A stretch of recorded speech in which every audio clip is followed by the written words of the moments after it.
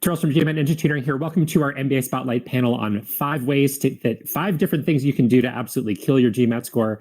Here with 3 of my very, very favorite experts in the GMAT world: Jeff Miller, COO of Target Test Prep; Rita Shafiq, strategy team head over at eGMAT; Chris Gentry, longtime senior GMAT instructor over at Manhattan Prep. If you're watching this live during MBA Spotlight, please toss any questions you have for us in that Q&A function in the chat. And please, after this, we have 3 fantastic panels coming up. One on score stagnation. We're going to talk to some students who overcame score plateaus, give you some tips on how to accomplish that. Next, we're going to have a panel with career advisors from top business schools. And then after that, students who conquered data insights, fairly new section to the GMAT. So 2 students who managed to make huge improvements, and we'll talk through what they did. All right, let's jump in. Rita, thank you so much for joining us. I'm going to pick on you first. So can you give us your number 1 biggest thing that you see students do that absolutely destroy their GMAT score? I think it's prematurely. Thanks, Jeff. And hi, everyone. But I think it's really first that people just tend to focus on their timing way too early in their prep.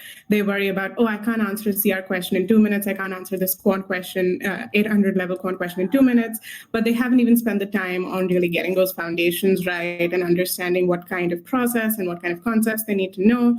They worry about riding a mountain bike before they can even go on a tricycle, really. So I think that's something that kills people. And then it really demotivates them as well. So it's a cascading effect. I love it. And we're actually already getting questions from the group about time management. We're going to circle back to those in a minute. Chris, let me get to you next. If you had to pick on one thing that you see students do that you really wish they'd stop, what is it? Well, by definition, the thing that lowers your score is getting the lower rated question. So ultimately, the question is always going to be, what's making me miss those lower rated? Now, I agree with Rita that trying to master time management at the beginning will oftentimes frustrate people. At the end of the day, one of the most common things that will crush people's scores is actually the time management in the test itself. So at some point, you will need to get to that element. In fact, I've seen score reports of students who timed out on the last 2 questions of a section, and the score drop in the subscore there was substantial.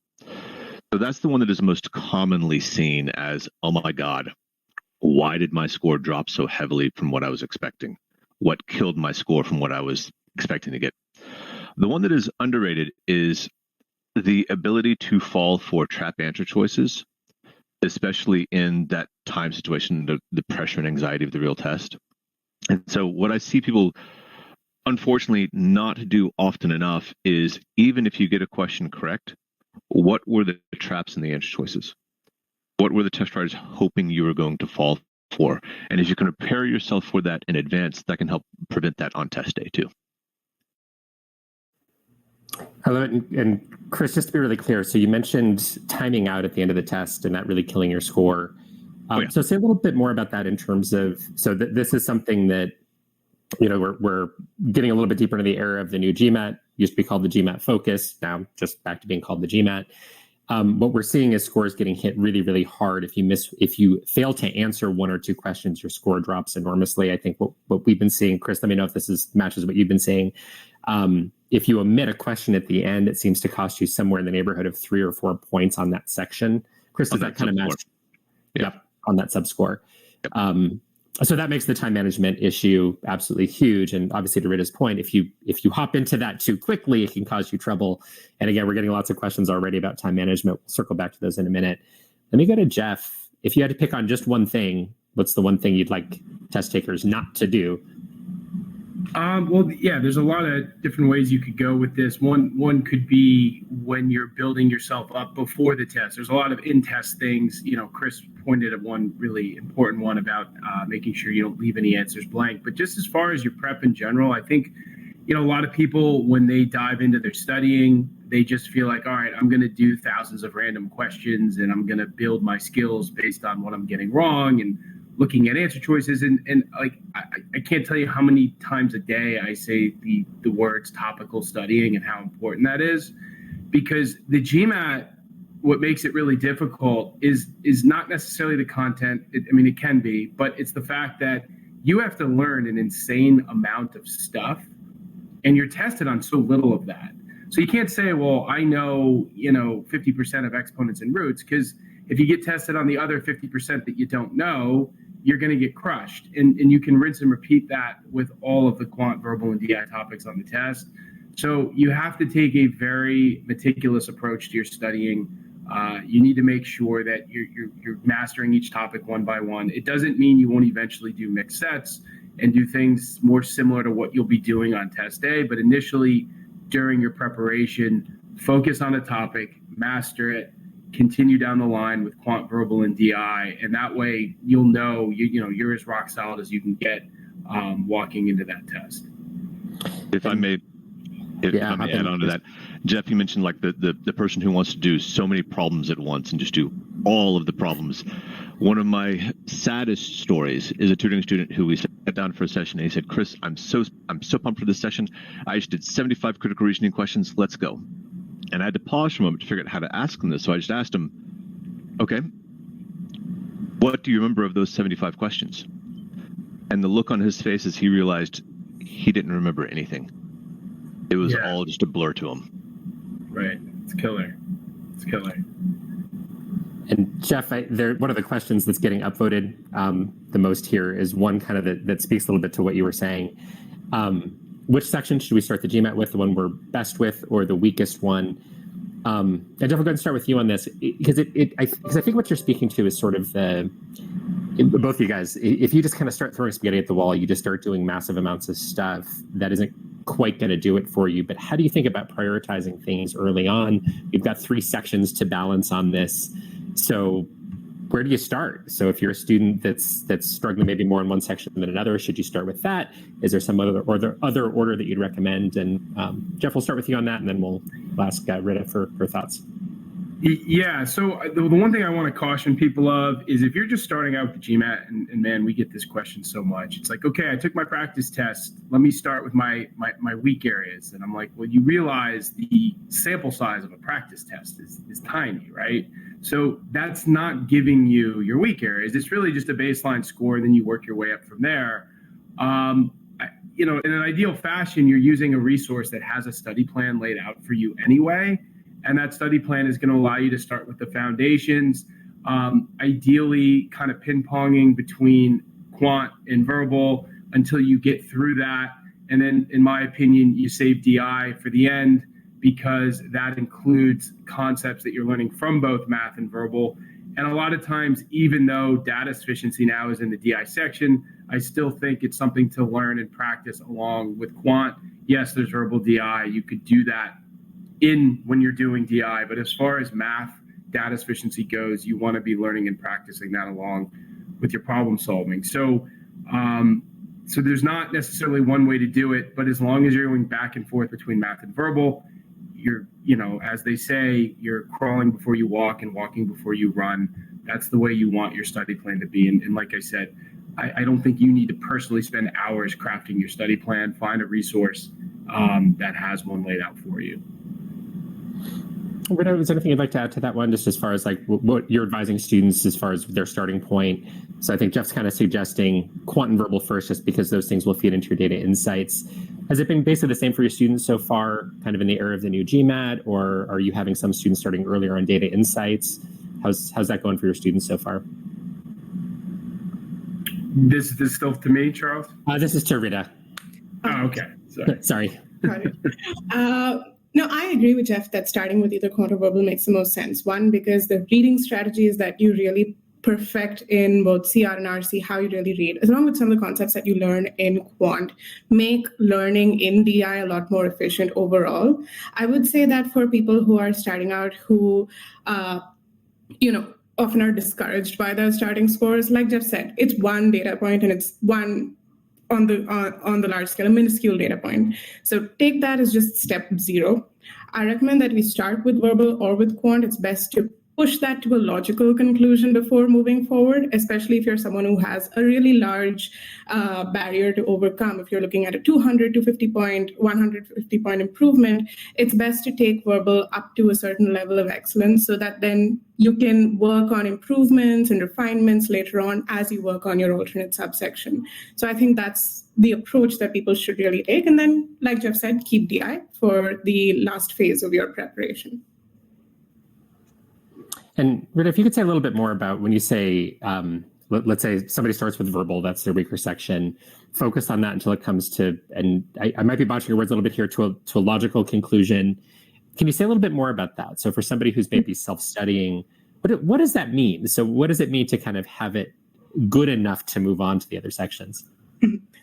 Really good point. So one is you want to figure out where you're starting with. Like you said, if someone is aiming, let's say they're aiming for something like the 95th percentile in CR, right? That 95th percentile score, you have to reach a certain level of excellence with medium and hard questions. In order to reach that comfort and that excellence with medium and hard questions, you have to have the process set in stone, whether that's pre-thinking or someone studying on their own and following something else. You have to be able to execute that process in the right amount of time. You have to be comfortable. You have to expose yourself to the right set of questions and I would say a representative set of questions, so you know what kind of assumption questions, inference, bold-faced questions that you'll get. So once you reach the right kind of accuracy in medium questions, which for us at GMAT, somewhere around, you reach a 70% medium accuracy, and to move on to the next section in hard, you're at least at a 55, which signals you're somewhere around the 70th percentile. That really shows that, okay, I know this concept and this process well enough that now it's about kind of scaling that wall to perfection. I can move on to maybe RC in the meantime and devote maybe 10% of my time to this scaling the last boundary to CR excellence. That's what I can really do. And in that time, you really figure out, okay, my inference could use a little work, my boldface could use a little work, and then move forward. Excellent. I think it's time to jump into the time management because we're getting tons and tons of questions on it. And Chris, since you mentioned this as one of your biggest things that are score killers for your students is the time mismanagement. Rita, you also brought it up as time pressure too soon can cause trouble. And I think both of those things are spot on. So what should we have students do? So what strategy can you recommend for effectively managing time, especially in that data insights section? What are your recommendations? When do you start introducing time pressure into your practice? And Chris, we'll start with you on this one. So when do you start introducing time pressure into your practice is a difficult question, but I would say that you want to start with a practice test almost immediately because you have to know what the time pressure is going to feel like. And then I would actually recommend that you practice sort of interleaving time sets with untimed sets and untimed review as you begin studying. So do like maybe one day where it's completely untimed, one day where it's a short session of timed questions. And as you're working on the time sets, you can actually start to gradually increase the pressure. So let's say you want to average 2.5 minutes per question. And don't start with that time frame. Start with 4 or 5 minutes per question. And the next time set, dial it back to 4 minutes. Then dial it back to 3.5 minutes. Then to 2.5 minutes. And you can start to sort of gradually increase the time pressure and make your time sets more like the actual time frame of the test. Now, as for what causes timing issues on the test, it's about, for me more than anything else, know when to not work on a problem. The question was specific to DI section. One of the things that I've noticed in DI questions, especially in the DI questions that have multiple elements, it's very common that you'll have a DI question where one of the elements is very direct and you're like, oh, I know the answer to that. And you look at the next element and you're like, ouch, that feels like that's going to take me 10 minutes to answer. Don't do that other part. Don't do that other part. Just make your guess, mark it, maybe you have time to come back to it, move on to another question. You just don't see people moving on from the questions when they should. If you can get used to that, you'll feel better about the time management. Jeff, Rita, anything to add on the time management bit? Go for it, Jeff. Yeah, I mean, Chris brought up his point about DI is a very good one. I mean, you're going to ultimately have to skip things in DI and you're going to have to be strategic about what you skip. And as he said, it's usually going to be glaringly obvious, like, okay, this is going to crush me, and I'm going to move on from it. Obviously, your trigger figure can't be that quick because by the time it's over, you may have skipped all of them. So you got to be conscientious of what you're skipping, how many you've skipped. And, as far as time management in general in some of the other sections, like math, you do need to understand that knowledge breeds timing. So it's not something that you can just snap your fingers and get faster with. I always say the name of the game with the GMAT is recognition and execution. So part one, you got to recognize what you're seeing, and then two, you have to execute on a process. Some questions are just random questions on an island, but for those that aren't, those two things are going to make you fast. So if you're trusting your process and you're learning and building your skills, you're going to be shocked at how you just get fast over the course of time through proper studying and practice. And Jeff, just add a little bit to what you're saying, because I think you're spot on. You can think of time issues as having two components. One is maybe you're not fast enough or not efficient enough in how you do questions fundamentally. So I think what you're suggesting, Jeff, is that over time, as you practice, as you get better at quant verbal data insights, you're just going to be faster. You're going to get to more questions. The second component is time management that might have a strategy element where you go, well, hey, wait a minute. Maybe I need 55 minutes or an hour to get through all the questions on a section. If that's the case, I have to pick my battles. And I think and somebody please jump in if you disagree, and any of you three, I think what we've been seeing from students, at least on our end at GMAT Ninja, is most students struggle timing wise on data insights. And there's exceptions. I mean, you get some people who are really quick, but there's so much extra information. If you get too anal with it and you're getting a little bit too focused and you're trying to read everything and be really great at it, you're going to have a hard time finishing up comfortably in 45 minutes. Almost everybody, yes, there are exceptions, struggles. And at that point, yeah, even if you're pretty fast, you might be good enough to get to 16 or 17 or 18 questions comfortably. And that's fantastic. You're still going to have to let some stuff go and go, hey, I'm not real sure on this, and I'm going to mark something and move on. But my point here is that I think there's, on one hand, don't confuse time management with speed. Getting better makes you more efficient, makes you faster. When we talk about time management, I think we mean picking your battles carefully. And by the way, almost everybody's going to feel like they're suffering on data insights early on. And if any of you guys are seeing something different, please jump in. I'm seeing Rita nodding on that. I think that's been an almost universal experience of it's rough. Go ahead, Rita. Oh, no, absolutely. People always struggle, and I think that struggle scares them, honestly. But breaking it down, thinking about it modularly. If you think about the entire DI section and, like you said, getting to that end right at the beginning, you'll just panic yourself into failing. But if you take it one thing at a time, you look at your graph questions, your data sufficiency questions one at a time, you'll find all of these battles a lot easier to conquer overall, right? And it's about, like you said, the art of letting go in the DI section. You have to pick your battles, and have to know what battles to pick before you're in that test environment. You have to have the strategies in place.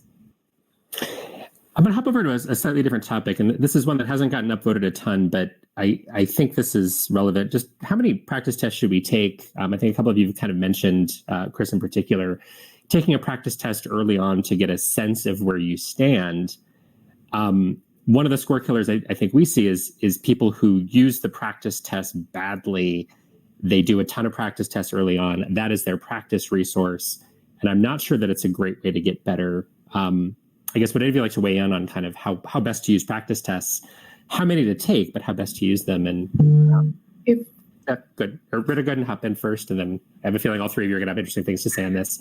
So Rita, go for it. Then I'll go to Chris and Jeff. Chris is absolutely right when he says that you should take a mock test right at the beginning, establish a baseline.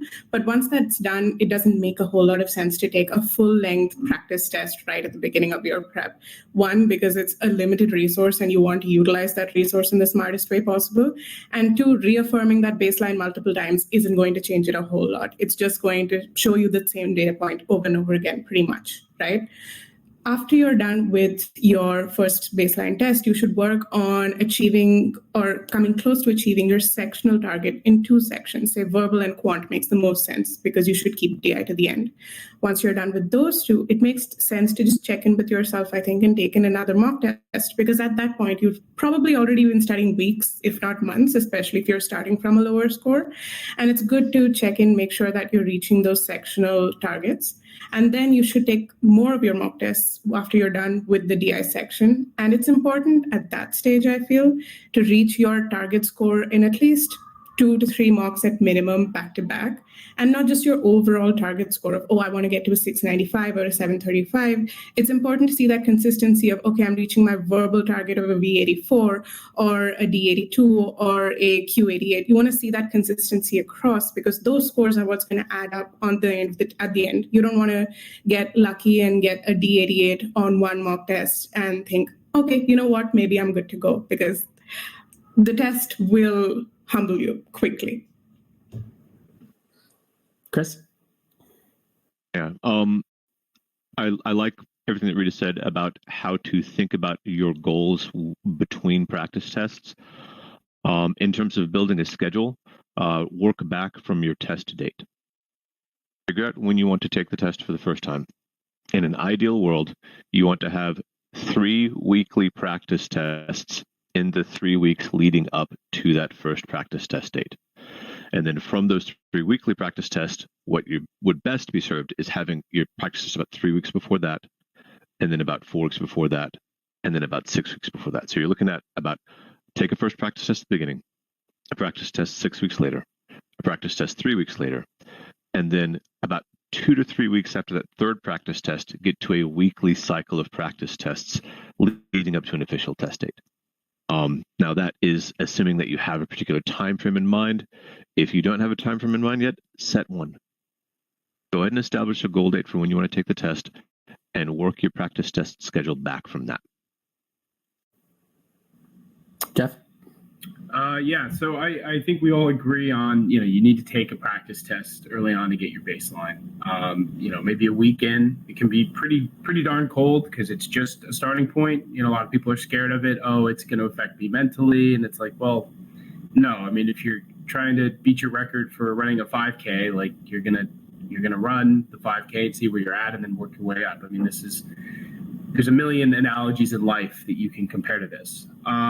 As far as what to do later on with your practice tests, I like students to save them until they've more or less completed their preparation. I know people do want to get those sneak peeks and say, well, is stuff sticking? But the problem with that is you can go in and take a practice test.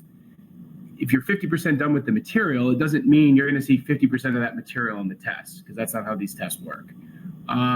So what could ultimately happen is you can take that test, see very little almost of what you've seen, or maybe 25% of what you've studied, and then walk away from that test being like, man, I hate this GMAT. I don't want to keep studying for it. Why would I? Like, I'm not improving. And that's never good for your psyche. And it's just plain not necessary. It takes a lot of time and effort also to take those practice tests. So, my opinion is always to save them towards the end of your prep. I do agree, though, you do need a schedule and you need to know when you're taking your GMAT. And it's not to say that things can't be shifted. Life happens. Maybe it takes longer to get through your GMAT prep or even shorter, and you can move things up. But yeah, ideally save them to the end. And always remember too, don't waste them, because then you don't want to be that student coming back and saying, well, what other practice test should I take? There's really none other ones that we would recommend at this point. And you can also repeat the MBA.com one. So you have more practice tests now with GMAT Focus than you had with Classic GMAT. And if you're blasting through, let's call it 12 tests, and you've run out and you're still studying for the GMAT, like you've done something wrong. So yeah, don't fly through those, get your prep done, and then get a schedule where you can effectively take those leading into to test day. If I may add something quickly to what Jeff said, yeah, about rethinking the practice tests. A lot of Manhattan Prep Tests instructors have taken the first 2 free tests twice to find out, and none of us have seen repeat questions on the second attempt at the same test. So those first 2 free tests should actually be treated as almost double tests. You've got 4 there. So just keep that in mind, everybody who is looking at practice test schedules. So we've seen some, we've been retaking them, and we've actually seen some questions overlapping. And just to be clear about what Jeff and Chris are talking about, so I think this is really important. If you're going to be studying for a long time and you might need extra practice tests, number one, don't abuse them, obviously. But 6 official MBA.com practice tests for the new style of the GMAT. The first 2 that are free What we've been seeing is that you will sometimes see repeat questions when you retake tests 1 and 2, but it's fairly minimal. I think you guys have been getting lucky over there, Chris, and maybe they fixed a bug that we found early on or something.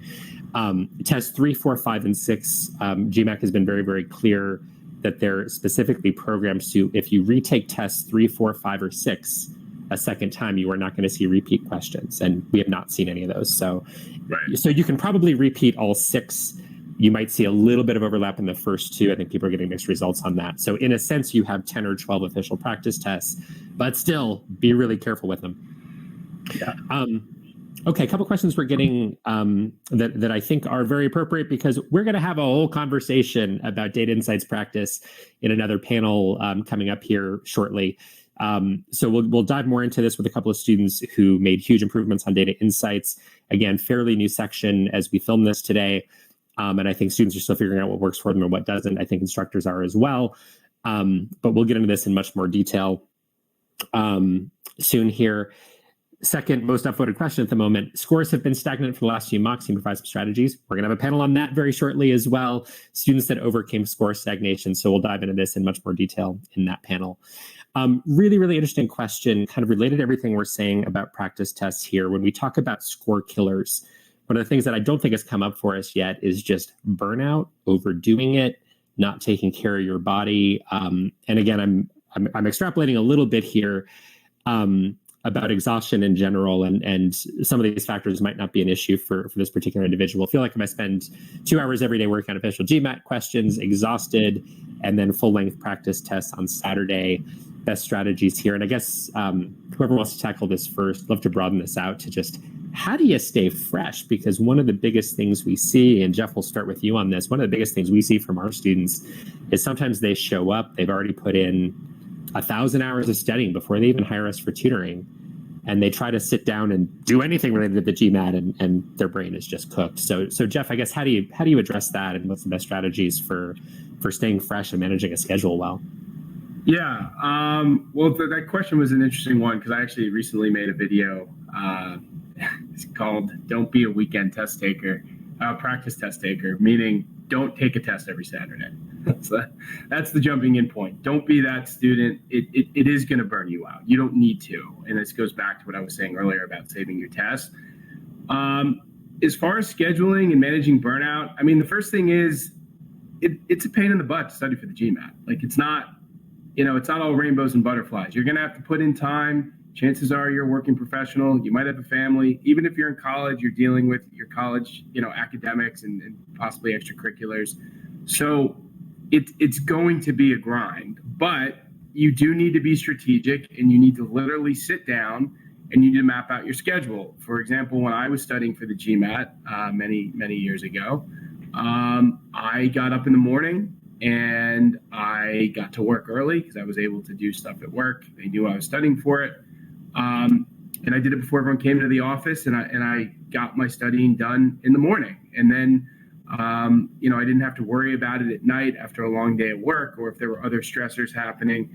And then, I had to commit to doing weekend studying where I would probably rather be doing other things. But I had to put in that time. And it doesn't mean you can't continue to do some of those things. I mean, you should reward yourself if you're putting in a good week's worth of studying, but getting a personalized schedule, not something that works for your coworker or your friend, like something that will work really well for you and fit into your life while pushing the stuff aside temporarily that doesn't need to continue to happen. All of that should allow you to efficiently get to your goal and help manage burnout and just trust your body. Like, if you're on a 6-day GMAT bender and you're like, wow, I'm just totally fried, like, yeah, give yourself the day off and then come back stronger the next day. Rita, anything to add? Chris, either of you like to tap in? Go for it. Yeah. So I think the other thing, Chris, you can, if you want. I was going to add in, don't neglect your physical self. Find some type of small exercise that you can do, if not daily, every other day. Not something massive, but something 30 minutes maybe. And make sure that you have something that you can find that is a physical activity, because there is a lot of tie-in to how mentally focused you can be versus what your physical activity level was that day. So don't neglect that part of it. And Jeff mentioned, that occasionally you just have to give himself a break and you have to listen to your body. Yeah, give yourself a break occasionally. Give yourself a day off. You should.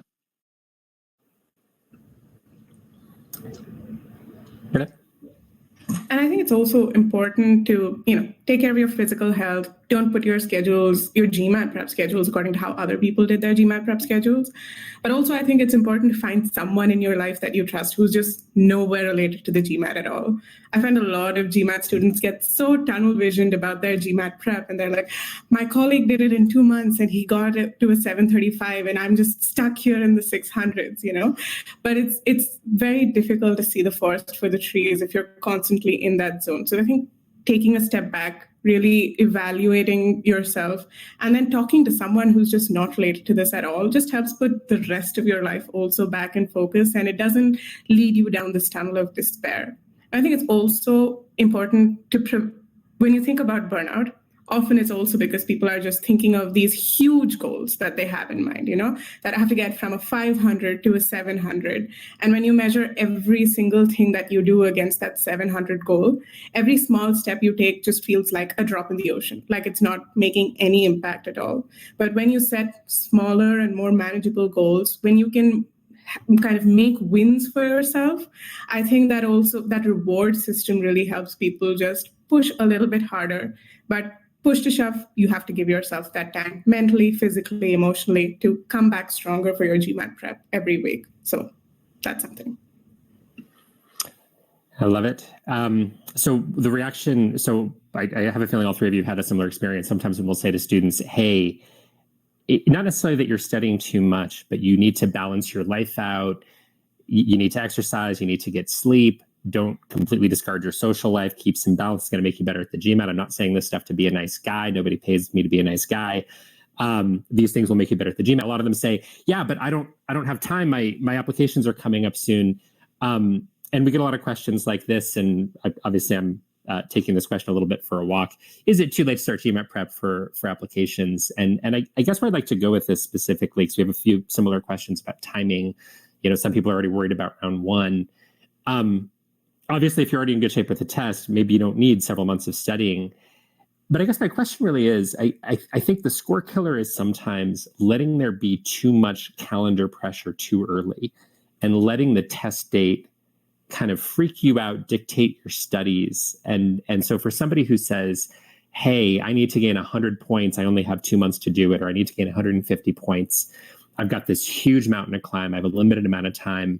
What's your advice to them? How do you get people to sort of think differently maybe about their timeline or how far they can go and in what period of time? And any of you feel free to toss your mic on. I think I see Chris's brain working if you want to jump in. Yeah, Chris, you can go first. You're excited about this one. A little bit, because I've worked with a lot of students who have some pretty significant forms of test anxiety. And so a lot of this should be funneled into a discussion of, is my schedule causing me anxiety or is my schedule feeling like a challenge? And those can be two very different mindsets. And this will be a very individualistic response as to what feels better for you. You can have a more nebulous test date versus looking at this and saying, if I don't set a test date, I'm not going to feel like I have a target in mind. It's going to feel too loose and I won't ever get it done. So there are two various extremes to that. If you are a person who has a lot of anxiety about the test, then in fact, it might be best for you to work without a test date in mind and to say, all right, I have a particular goal for this week. I have a goal for the next week. I have a goal for the week after that. That's all I have. I have 3 weeks worth of goals. And it doesn't have to lead to this particular test date, but I want to make progress on those 3 goals. Whereas I work with some people all the time who say, listen, I just knew that if I didn't set a test date, I wasn't going to feel accountable and I wasn't going to feel like I actually had a deadline. And some people are charged by that. And so you have to do a little bit of self-assessment to figure out which approach resonates more with you. And again, thank you for letting me jump onto that because again, with the people I've worked with who have significant anxiety, it's something I feel really strongly about. Yeah. No, I agree with a lot of that. I think something to add, and I tell people this a lot, is you always want to present the best version of yourself for your applications. So if you're rushing to get into round two, I'd rather be, I mean, you have to be malleable. You have to have different plans in mind. Now, if you're 34 and you're trying to go to an MBA, a full-time MBA program, and you think you're just aging out, like, okay, that's a corner case. But for most of us, you should hopefully start early enough where you have the flexibility to say, you know what, rushing to get to round two doesn't sound that great. Being first in line for round one the following year sounds a lot better. And yes, I realize there's existential factors like where you're at in your career and if you can stay at your job for another year.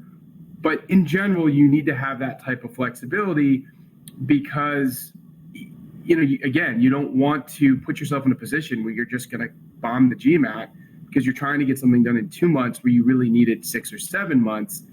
But if that's what you do, and I've seen this happen, and this is the worst. If you're like, I'm going to push, don't say, well, okay, well, now I'm going to, go on a 6-month cruise and then pick back up with the GMAT in 6 months. Start studying for the GMAT with the same type of vigor and motivation that you are trying to apply for that second round. And then you're going to get it done well in advance of those applications. And you'll feel good. You can focus on things with your resume and your application, and it'll be done well in advance. You don't want to repeat a cycle where all of a sudden you're like, well, I waited an application cycle, but I'm in the same spot I was a year ago. Really, really try to avoid that because I've seen it happen, and it really stinks. Go for it. Yeah. And I think this is for particularly the people who are scared of that test date and just, every action you take shouldn't be a function of that test date. It should be a function of the score that you're aiming for. You can't say that, okay, I want to take the test in 2 months from now. Therefore, I have to be done with my prep for CR by tomorrow or by next week. No, you have to reach the goals that you've set in CR. Otherwise, you'll just tick items off a box, but never achieve the goal of what you've set that item for. Right? So it's important to understand what that test date does for you next. I think Chris said that really, really well. So it's important to understand whether that test date is something that drives you or whether it's something that scares you. And if it scares you, one, then it's not a good idea to have that set in stone. And two, you have to make in the GMAT, you have to make every action that you take count. It has to be driven with a goal, with a metric, with a task in mind. And if all of those things end up just being the test date and not the score that you're aspiring to, you won't see the score that you're aspiring to. You'll just end up at that test date. So. All right, we're running out of time here a little bit. I realized that the title of this panel was 5 Things That Kill Our GMAT Score. And Zita, great question. What are the 5 things? We haven't really structured it this way. So what I'd like to wrap up real quick is I'd like to kind of give you both one quick sentence, tell you what your one thing is you'd add to the list. 2 that I think we're agreeing on pretty wholeheartedly here. 1 is not keeping your life balanced. If you don't do that, it can be really, really hard to study effectively and learn effectively. 2nd might be ignoring test anxiety. Chris, I think you and I are both I think all 4 of us are probably really passionate about that. And it's really easy not to think about that. So those are 2 big score killers: failing to keep your life balanced, letting yourself get burnt out, and ignoring anxiety and not addressing that adequately. I guess, Jeff, do you want to jump in with give me one sentence on one thing you'd add to that list? I think that one of the big things to add would be, if we're talking going back to GMAT score killers, one of the things I wanted to say earlier, gaming the test is killer. Ooh, good one, Jeff. I have students, I'll say it really quick because I know it's supposed to be one sentence. They say, well, if I do this at the beginning and then rush at the end, I should be able to get my score, or how many questions can I get wrong for score X? And I say, well, if I tell you that, what does that mean? Like, in real time on the GMAT, how many questions you're getting right and wrong. And then you can consciously say, well, I'm going to get this question wrong and that question right. Because if you can, you're way better at the GMAT than I am or anyone else I know. So you don't really need my advice at that point. Yeah, I love it, Jeff. Don't game the test. Chris, what's your one thing you'd add to the list? Looking at a question saying, yes, I know exactly what to do. I'm going to do this one really, really fast so I have time for all the other harder questions. And you're like, I just made a careless mistake and I never noticed it. The more you look at a question, think, sweet, this is fantastic. I love this type of question. That's the more when you dial in and say, I'm going to do it right. I'm not going to be slow. I'm not going to waste time, but I'm going to do this right. And I'm not going to try and rush through it. Great one. I love it. And Rita? I think at this point ties into a lot of the other 4 points that we've said is just not setting the right kind of goals for yourself throughout your prep, whether that be the metrics that you're reaching, the timelines that you set, or the targets that you set for each of your subsections or anything else. If you don't set the right metrics, and that starts with the right starting score, right target score, and so on and so forth, if you don't have those metrics set out, you're just wandering endlessly and doing questions and going to classes, but you're not learning anything, you're not taking tangible steps. So I think that's important. I love it. All three of you, thank you so much for this. This is awesome. Rita, we'd love to have you join us for more of these panels. Absolutely fantastic. Everybody, Rita Shafiq, Head of Strategy at GMAT. She's so great at this stuff. If she pats you on the back, you would put it on your resume. Jeff Miller, Chief Operations Officer, Target Test Prep. You know how like little kids, my 3-year-old wears Superman pajamas? Well, Superman wears pajamas with Jeff's logo on it. That's how great he is. Chris Gentry, Senior, I've maybe had a little something to drink this morning. Just kidding. Chris Gentry, Senior GMAT Instructor at Manhattan Prep.